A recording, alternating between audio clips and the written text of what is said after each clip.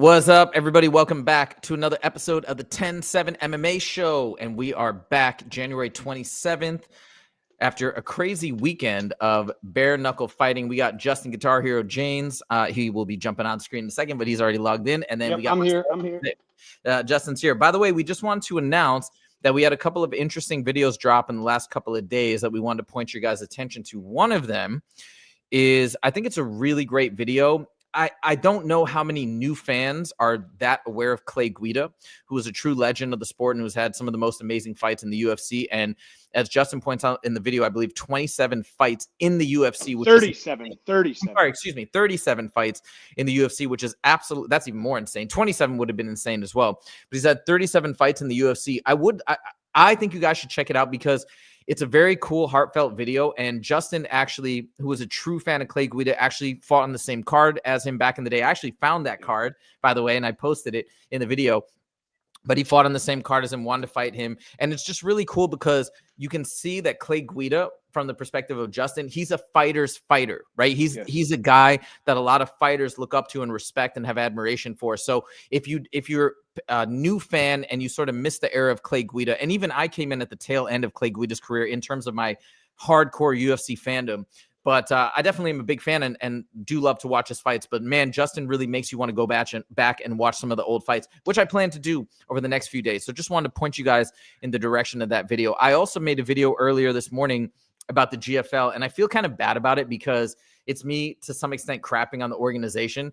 But I just think it just bothers me. And Justin, I want to get your take on it as an actual professional fighter. And again, I'm all for fighters having other avenues to get paid.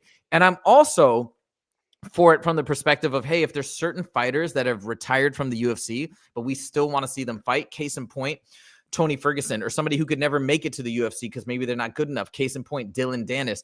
I'm actually for seeing very specific fights. But if you're trying to make this organization that is purportedly competing with the UFC and you're making it a team sport, to me, that's an insult to my intelligence because mixed martial arts is not a team sport. The beauty of it is in the individual competition. And Justin, I want you to jump in and correct me if I'm wrong or if I've got this backwards. But the football, it's team sport by necessity. You need a team to play the game. Same with basketball. Why are they doing this? Just to make it more like exciting with this fake fraudulent team that's not even real? Like, Justin, what are your thoughts? Do you agree with me? Does it kind of bother you, or do you like the team aspect? You know, here's the thing, man. You know, when these new instances pop or new organizations pop up, PFL, you know, there's been other ones. Now you have the GFL and there was World Series and so on and so forth. The thing, I mean, you got to think of it from a business standpoint. They can't follow the UFC. They can't follow the UFC tracks. They have to do something different. That's like the PFL doing the tournament. Now the GFL is looking to do a team matchup, kind of like the old IFL. If you were around, if you remember the IFL. I know of it, but I wasn't like watching IFL stuff, but I know of it. Yeah. Sorry, go ahead. Coming into that, it's like, I guess from an old school, I kind of like the idea of the team aspect because I don't know, I guess coming from Michigan, wrestling is a very team focused sport. And I know you're only out there on your own, just like in MMA, but you have 10, I've been doing commentating for Division I wrestling. If you guys haven't seen on UFC Fight Pass, I was able to do, and I'm to get to watch the best wrestlers in the world. Now there's 10 weight classes. Now here's the thing with team wrestling compared, and I think that the GFL is going to try doing what I like. It's their strategy to it. All right, let's say they have two people at each weight class. All right, so they can use one of those people for that weight, and if they have a better matchup for the other guy up a weight class, they can mix and match and try to jockey around for the end because just like in wrestling, if you get a pin, it's 6 points. If you get a tech ball, it's 5 points. If you get a major decision, it's 4. If you get a regular decision, it's 3. So let's say that you're a champion and I'm a champion and we're at the same weight class. All right. We don't know who's going to win, but the guy above you in weight is terrible. So instead, they'll put my backup against you. You beat him. However, hopefully that, he loses his decision. And then I go up and I say pin or knock out, the guy up a weight class. Well, now my team's ahead by points. So it brings a new strategy to MMA. And I really like that idea because I'm not saying it's going to work. The IFL tried to do this and they failed. But if we can catch traction, the team aspect, it's really exciting for me because it's not just, all right, 25-pounder against 25-pounder. There's going to be strategy. There's going to be a new strategy. The coach is going to have to implement strategies about matchups. It's just not going to be 155 versus 155. There's going to be guys bumping around, switching weight classes according to what their team needs at the end of the day. Does that make sense? I think, yeah, it does make sense. And I guess we'll see how that plays out from the fan perspective. So I'll tell you right off the bat, my issues with that format is I like it being just, hey, skill for skill, pound for pound, like who's better between the two, as opposed to now we're changing it up. We're not necessarily putting the two most fitting opponents together. Now we're having some strategic manipulation of the matchups for points. Like, I get that can add a new element, but then to me that takes away from the purity of the sport. And that's one of the points that I made in the video. Is I think one of the reasons why I like mixed martial arts from the fan perspective, and maybe others will agree or disagree, but I like it because of the purity of it, meaning it's just straight up who's better. There's nothing else you can say. You could play somebody one-on-one in basketball, and if they get into a disagreement on the court and they're talking smack to each other, it boils down to a fight. They're going to want to fight each other. You beat somebody in a race, it can boil down to a fight. Oh, yeah, well, I'll beat you up, blah, blah, blah.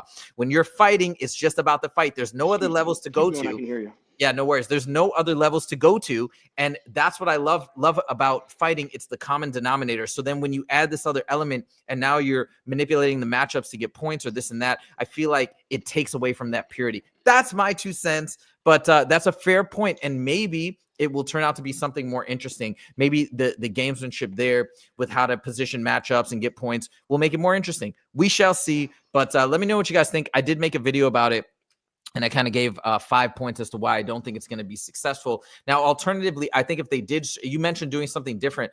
I think if they stripped away, what I would have done personally is strip away all the team stuff, all the nonsense, and just say, hey, like, we are accepting that we're going to be a subpar league from the UFC. We are accepting that we'll never compete with them. And we are going to say we can give a higher percentage, because what we're going to do is we're just going to continuously take UFC guys that have been cut from the UFC or left the UFC for whatever reasons. And we're going to leverage the fame that the UFC built for them. And this will be like fun matchups that you never got in the UFC. I think if they took that and just said, hey, we're almost going to be partners, just like you have feeder organizations into the UFC, like Fusion Fight League. This is an outlet for UFC fighters after the UFC to go and fight. I think that would make a lot of sense. And that'd be something that I can get into, as I mentioned before, for people like Tony Ferguson or even Dylan Dennis, who never went to the UFC. But that's how I would do it, and not change up too much after that, and just let the sport be, because the sport's brilliant. I don't know. I totally respect that opinion. And I get it, because, again, you like the aspect of it. I don't think it's right or wrong, honestly. I think it's just like, do you like chocolate ice cream or vanilla ice cream? I think that, you're right, but the team aspect is this. Most of these guys have already been in the UFC. There's a couple guys that haven't, but most of them have already been. They've already been through there. So they're kind of at the tail end of their career. I personally don't want to see these guys going out there getting starched, because, again, where they are in their career. And, I don't know, man, it's hard for me to watch these guys, I guess, because like Tony Ferguson, man, like, I'm such a fan of Tony. And I don't care that he could lose 25 fights in a row. I'm always going to ride or die with that guy. But Same. There's nothing more that I hate than, I mean, if he goes out there and wins, I'm happy. But man, do I hate when he gets knocked out. I just see his brain being rattled.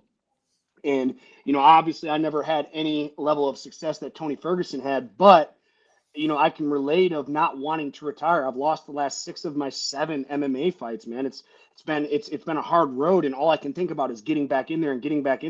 And I have guys like you, my mom, my coach, not necessarily my coaches, but friends are like, hey, dude, like, you're 35. Like, I mean, you and I just had this talk last week of taking damage, having it roll over into my commentary. And that's something I'm really starting to take into consideration now. But understand, Tony, like myself, is identified as an MMA fighter for 15 years. And just to turn that switch off for guys like him, it's fucking tough.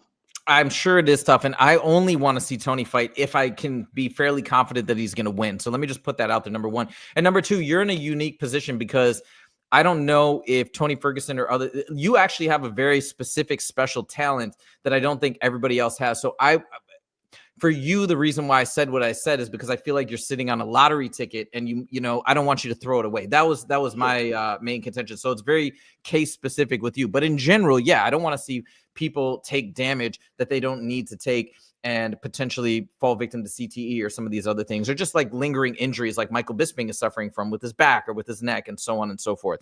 But yeah, I feel you in that respect. Okay, let's move on. I just have one thing to say to everybody. So I coach high school wrestling. We have states next weekend. I got regionals this weekend. So, guys, I'm going to be doing a lot of moving around. I'll be driving when I'm on the show because I get done at the gym at 1 o'clock. I have to be at the high school by 2. It's just going to be these 2 weeks. So, guys, if you can bear with me over the next 2 weeks, I apologize in case my service is in and out. But these kids need me right now. It's the biggest tournament of the year, and I hope you guys understand. One more thing I do want to mention too, we're about to launch the membership, maybe even today or this week for sure. And it looks like the majority of people want, for the first tier of membership, they want training videos from Justin James. Obviously, Justin's a professional fighter, 78 fights in his career, mixed martial arts, and he's a trainer at Extreme Couture alongside Sean, training with Sean Strickland, all these other amazing MMA athletes at the gym under the tutelage of Eric Nixick, amongst other coaches. So we are going to be doing that. But if you guys have a strong preference in any of the other membership perks that we could potentially throw out there, check out the survey. It's on our page in the community tab. We posted that survey. We haven't gotten too many votes yet. So if you have a strong feeling one way or the other and are planning to be a member, make sure you vote. Okay, let's move on to topic number 1 that we are covering today in recent news from the weekend. Holy smokes. BKFC, completely insane. Jeremy Stephens, who unfortunately was made infamous by the interaction long ago with Conor McGregor at that presser back, 7-8 years ago, when Conor McGregor was like, Jeremy Stephens called him out and said, "Hey, I'm the hardest hitting 145er. You need to fight me." Blah blah blah. And Conor McGregor goes, "Who the f is that guy?" And the whole crowd erupts in laughter. And that has sort of been the way that a lot of people remember Jeremy Stephens. Unfortunately, I think he shook that off his back this weekend with a amazing performance against Eddie Alvarez. Eddie Alvarez, who's been pretty successful in BKFC.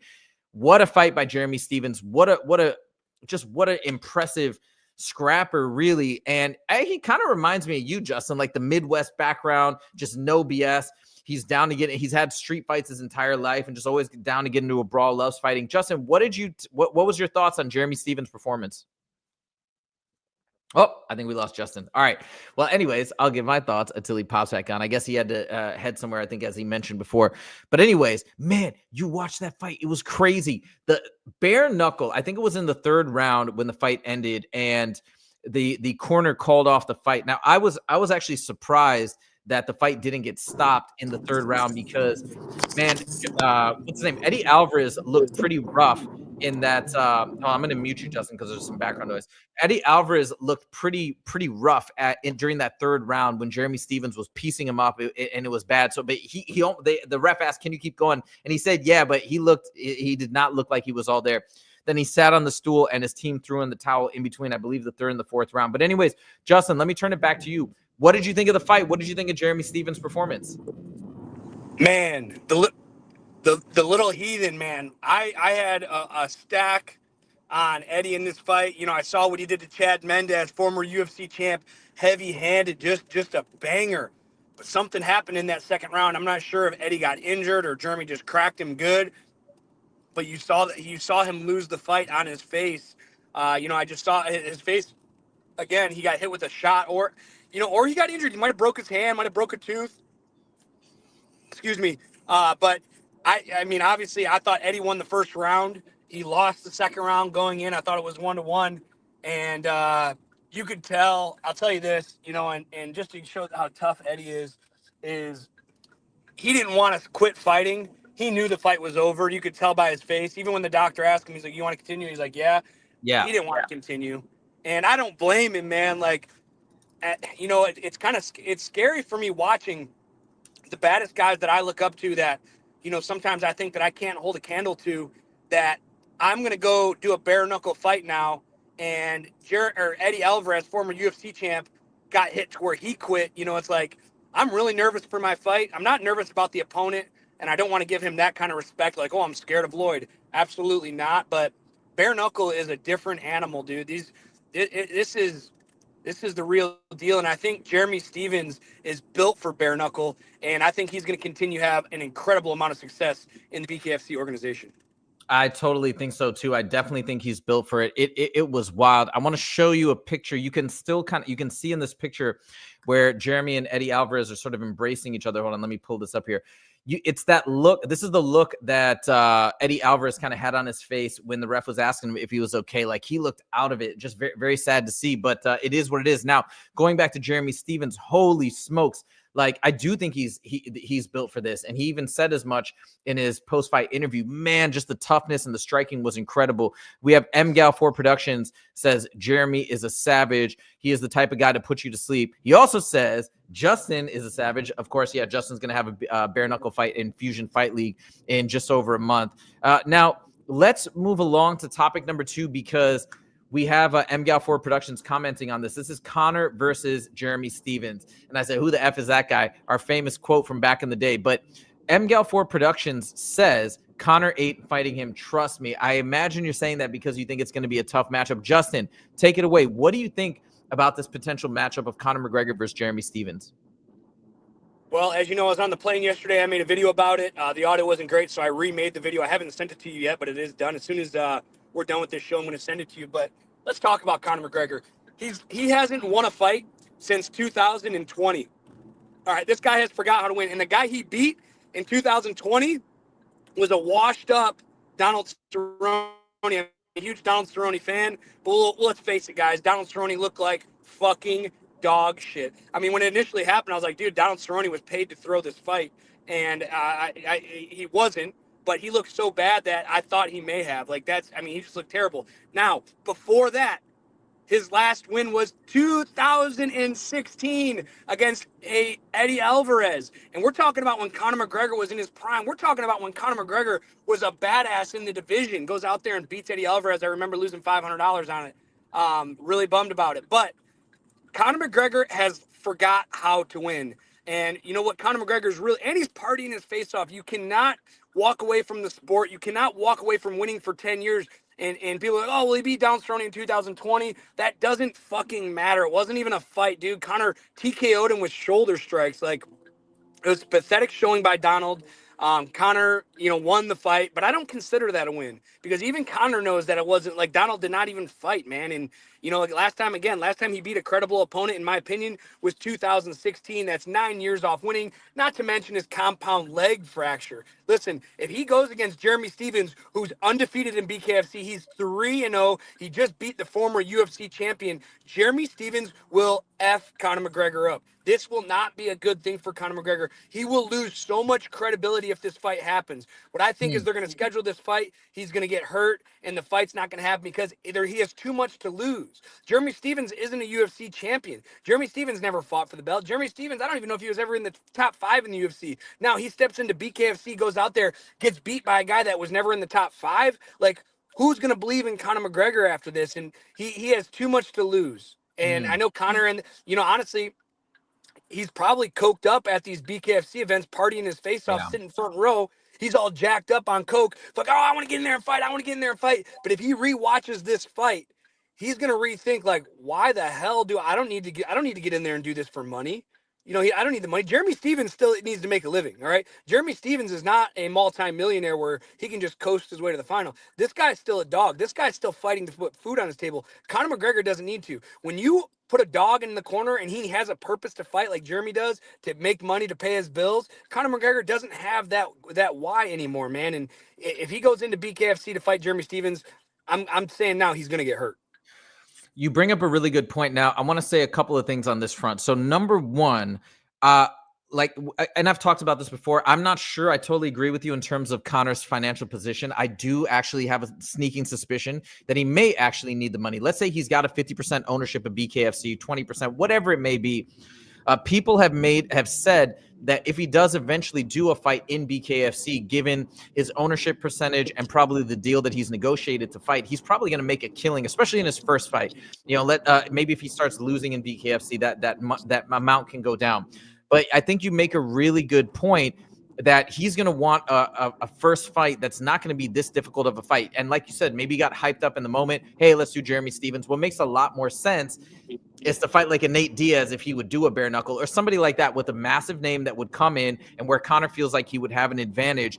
And I think that makes sense from a business perspective. Now, the other interesting point that I want to bring up is I've heard MMA Joey and other people talk about this, that Conor may not fight in the UFC again, or he may have one fight and then he may go straight to BKFC, whether or not the UFC likes it or not, because the theory is that his sunset clause may be coming up at the end of 2025 or the beginning of 2026. Now, the sunset clause, for those of you guys who don't know, is the clause in the UFC contracts, which they had to put in after these antitrust lawsuits, that basically says, okay, fine, we can keep extending the contract and say you have 2 fights left, 3 fights left, and without basically going through those remaining fights, you can't fight elsewhere. But a sunset clause says, all right, if we have not renegotiated and you still have several fights on your contract after 4 years or after 5 years, which is what people theorize, the contract is null and void, which is what allowed, for example, Francis Ngannou to have those other boxing matches. So, Justin, first of all, have you even heard about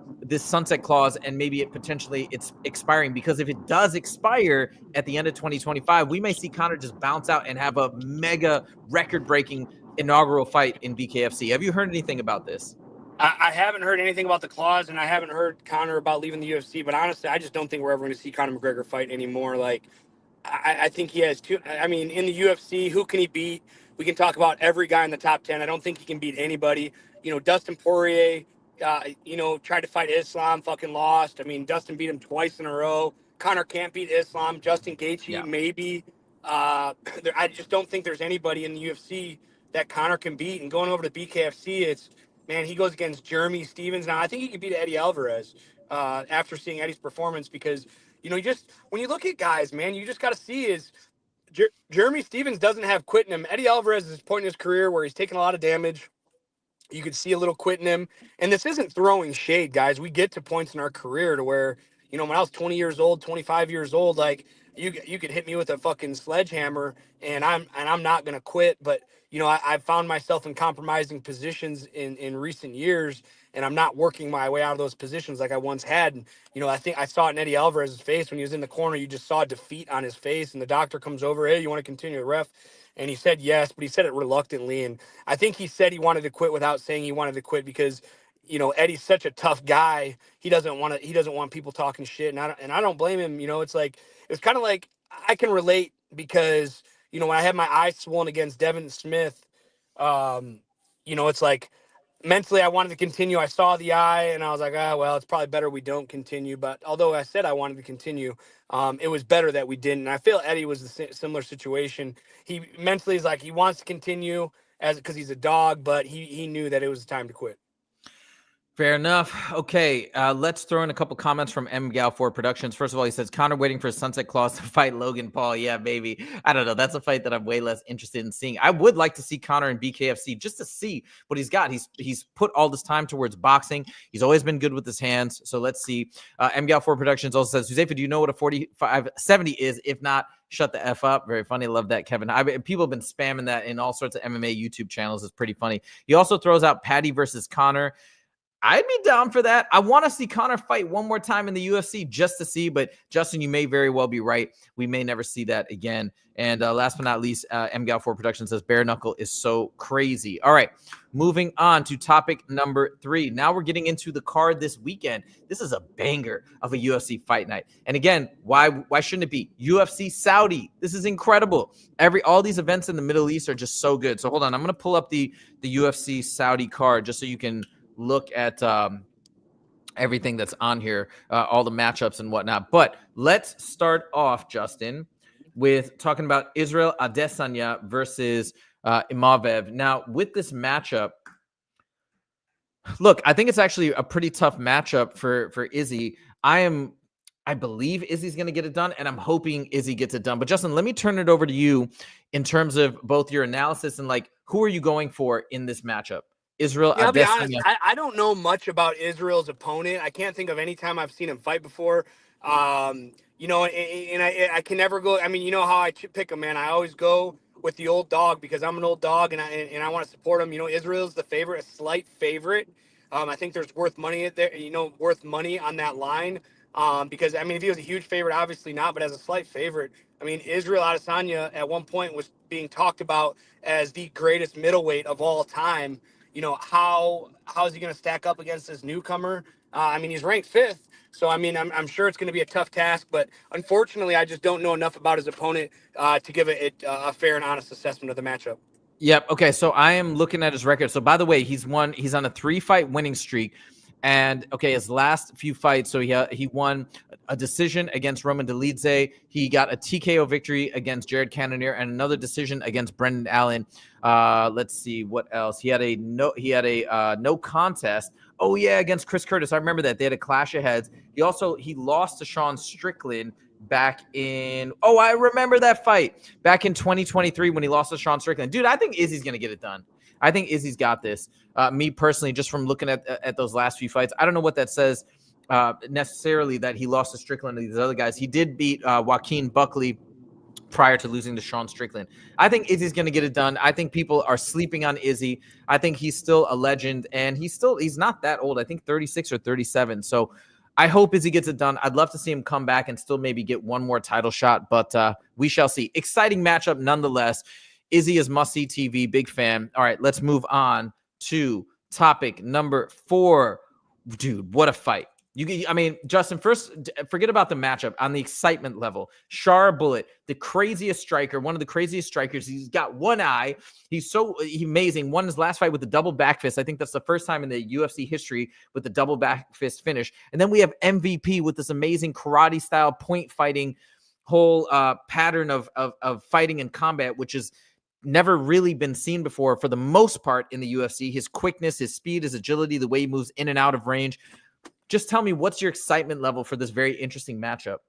As I like to say, striker's delight, man. And what a step up in competition for Shara Bullet. You know what I mean? Like Michael Venom Page, I know he's older, but he's only been knocked out once. I think in his whole career, he's only been knocked out once. He's really good at moving his head, man. I tell you what, his defense, he doesn't block punches. He just makes you miss and makes you look silly. Since he's moved over to the UFC, obviously he's had some struggles fighting some of the best fighters in the world. But his striking, man, I don't think Michael Venom Page has enough in him to become a UFC champion, but he's a great guy for great matchups. You know what I mean? Like this one, for instance. Like, all right, hey, who will stand and strike with Bullet? And they're like, fuck, here we go. Mm-hmm. Michael Venom Page. Michael's not going to shoot in on him. Like this. The UFC is making these matches. They're using him as